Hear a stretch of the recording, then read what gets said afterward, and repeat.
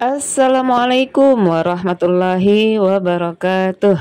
Ketemu lagi dengan saya Yusya Kamarullah dalam channel Education, Edukasi Tanpa Batas. Sahabat Yuka, pada episode kali ini saya akan meliput tentang pemaparan tugas modul 1.1 tentang demonstrasi kontekstual pemikiran Ki Hajar Dewantara pada pendidikan guru penggerak angkatan 11. Selamat menyaksikan. Assalamualaikum warahmatullahi wabarakatuh. Perkenalkan, nama saya Yusya Gitaria, calon guru penggerak angkatan 11 dari SMA Negeri 14 Tangerang. Pada kesempatan ini saya akan memaparkan tentang filosofi pemikiran Ki Hajar Dewantara sebagai tugas demonstrasi kontekstual di modul 1.1. Pada pemaparan ini terdapat tujuan pendidikan, konsep pendidikan Ki Hajar Dewantara, filosofi pendidikan menurut Ki Hajar Dewantara, penerapan kontekstual, kemudian tantangan dan solusi. Sejatinya tujuan pendidikan itu adalah menuntun segala kodrat yang ada pada murid agar mereka dapat mencapai keselamatan dan kebahagiaan yang setinggi-tingginya, baik sebagai manusia maupun sebagai anggota masyarakat.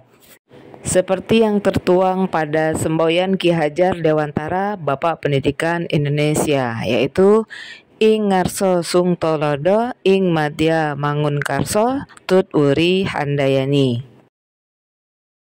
Ing ngarso sung tolodo artinya di depan memberi contoh. Pendidik harus memberikan contoh dan teladan yang baik melalui budi pekertinya kepada murid. Ing madya mangun karso maksudnya di tengah membangun motivasi. Pendidik harus memberikan kesempatan kepada murid dalam belajar aktif agar kreatif dan menyenangkan, serta menciptakan pembelajaran yang berpihak kepada murid. Tut uri handayani maksudnya di belakang memberikan dorongan. Pendidik harus terus-menerus menuntun, menopang, dan menunjuk arah yang benar bagi hidup dan karya murid. Menurut Ki Hajar Dewantara, pendidikan pada umumnya adalah segala daya upaya untuk memajukan perkembangan budi pekerti. Dalam hal ini adalah kekuatan batin, kemudian pikiran sebagai intelektualnya, dan jasmani anak-anak agar tercapai kesempurnaan hidup, yakni kehidupan dan penghidupan anak-anak selaras dengan alamnya dan masyarakatnya, yaitu sosial budayanya. Dalam pemikiran Ki Hajar Dewantara bahwa pembelajaran itu harus berpihak kepada murid, di mana murid diibaratkan seperti planet-planet pada tata surya yang selalu bergerak dengan sifat dan kondisi yang berbeda-beda, dengan kecepatan yang berbeda-beda pula. Oleh sebab itulah maka kita harus melakukan hal-hal sebagai berikut. Murid harus diberikan kemerdekaan dalam belajar yang berpihak kepada murid. Murid memiliki kebebasan memilih materi pelajaran, metode, dan perangkat ajar dalam proses pembelajarannya dengan tuntunan serta arahan dari guru. Guru seharusnya membersamai murid agar kreatif dan inovatif. Murid diberi ruang mengajukan ide, gagasan, serta mengembangkannya sesuai dengan jenjang usia atau kompetensi kemampuan yang dimiliki dengan melihat perkembangan sosial budayanya. Guru juga harus menyesuaikan dengan zaman dan kodratnya. Murid diberikan kesempatan belajar ilmu komunikasi digital sesuai dengan perkembangan zaman dan jenjang usianya. Pada tingkat usia PAUD dan SD akan berbeda dengan pada murid yang berada di tingkat SMP dan SMA. Ya, ini adalah sekolah tempat saya mengajar bersama dengan guru-guru yang hebat. Dalam mengembangkan ide dan gagasan serta wawasan dalam keilmuan, sekolah kami ada ekstrakurikuler KIR, yaitu karya ilmiah remaja yang selalu mengadakan lomba karya ilmiah dalam bentuk demonstrasi. Kemudian, sebagai perubahan karakter dalam kekuatan sosial budaya, murid diberikan kesempatan mengeksplor sosial budaya setempat sebagai pembelajaran sekaligus pelestarian budaya.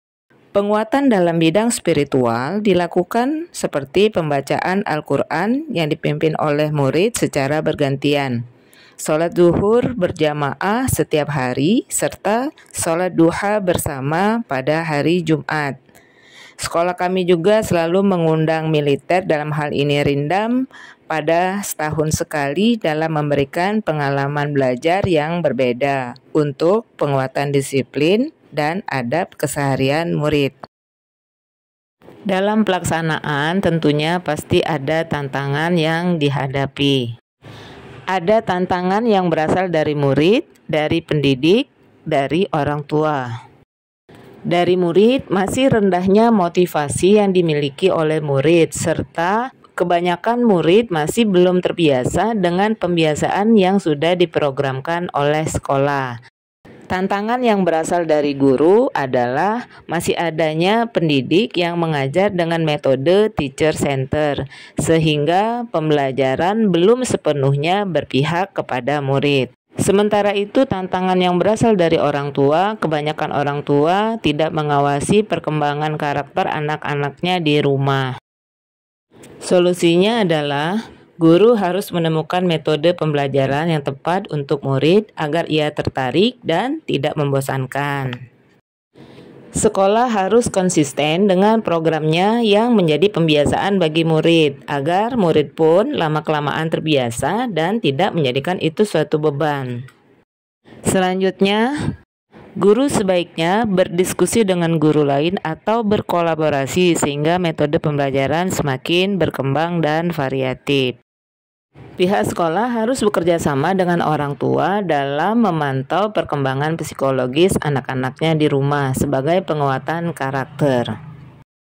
Demikianlah pemaparan saya. Salam guru penggerak, tergerak, bergerak, dan menggerakkan. Assalamualaikum warahmatullahi wabarakatuh.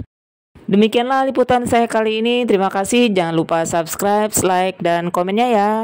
Sampai jumpa lagi pada episode berikutnya.